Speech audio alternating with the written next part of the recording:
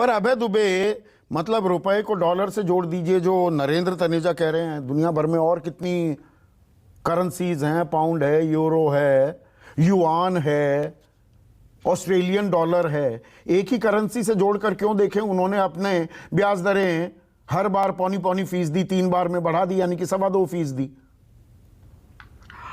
संदीप जी, मैं मेरे मित्र नरेंद्र तनेजा जी से आग्रह करूंगा कि प्रधानमंत्री नरेंद्र मोदी जी को भी समझाए। फिर वो कहे कि मैं क्षमा चाहता हूं इस बात के लिए, इस बात को कहने के लिए कि रुपये की अवमूल्यन होता है तो सरकार की साख गिरती है, प्रधानमंत्री की साख। और वही नहीं कहते थे, सुषमा स्वराज, पूरे प्रतिपक्ष के लोग कहते थे। अब क्या नुकसान हुआ है, मैं उस पर भी थोड़ा सा प्रकाश डाल दूं। बीते 8 महीने में लगभग $83 बिलियन का फॉरेन रिजर्व हमारा कम हुआ है। मतलब एवरेज 10 बिलियन हमारा पर मंथ कम हुआ है।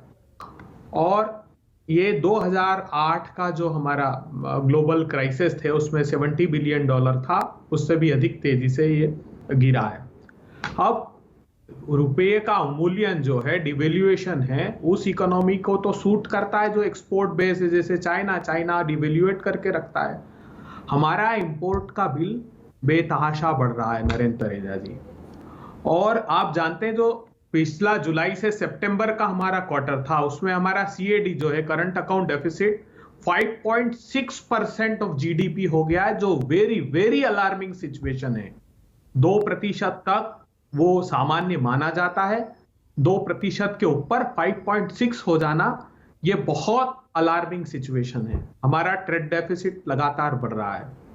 ये बात ठीक है, अमेरिका अपने इन्फ्लेशन, थोड़े आसान शब्दों का इस्तेमाल कीजिए अभय दुबे। आप trade deficit, current account deficit आम आदमी को समझ नहीं आएगा।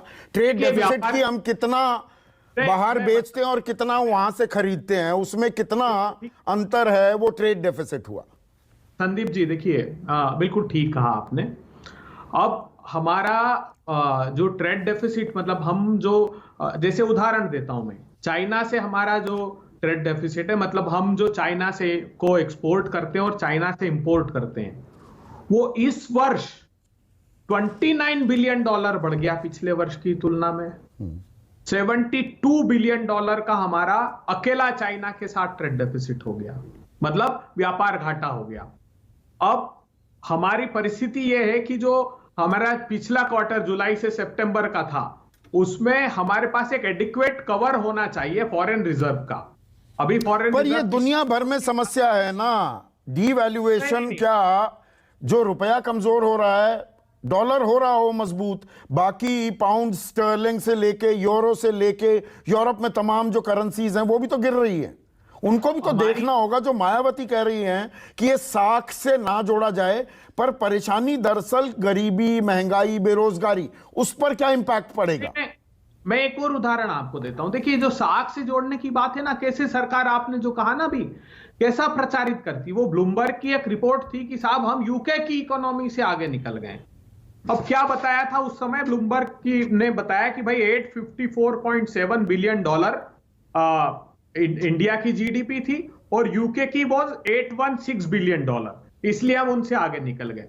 अरे साहब, वो 6.7 करोड़ लोगों का देश है, हम 140 करोड़ लोगों के देश है। यूके का जो अभी आपने पर कैपिटा की बात की थी ना, पर कैपिटा इनकम $47,203 और हमारी $2,283, मतलब 5% से भी कम। और हम कंपैरिजन करने लग गए। अरे आप देखिए तो सही, हमारा आदमी को 200 रुपए किलो की दाल, 200 रुपए का तेल, 1000 रुपए का गैस का सिलेंडर, वो कैसे अफोर्ड करेगा? इस बात पर विचार तो करिए आप कभी। 27 लाख करोड़ रुपए आपने एक्साइज ड्यूटी बढ़ा करके पेट्रोलियम प्रोडक्ट से निकाल लिए, देश के लोगों के जेब से छीन लिए। आपने कहा हम ऐसी पॉलिसी ला रहे हैं कि जिसमें आपको जब इंटरनेशनल मार्केट में क्रूड ऑयल के प्राइस कम होंगे तो आपको सीधा ट्रांसफर करेंगे, बढ़ेंगे तो उसका प्रभाव आपको नहीं पड़ेगा। तो साहब, आप कब एड्रेस करेंगे इन्फ्लेशन को? नमस्कार, मैं हूं मानक गुप्ता। अगर आपको हमारा ये वीडियो पसंद आया हो तो इसे लाइक और शेयर जरूर करें, और हां, हमें सब्सक्राइब और फॉलो करना ना भूलें, ताकि आप देश और दुनिया की कोई खबर मिस ना करें। तो जुड़े रहिए हमारे साथ और देखते रहिए News 24।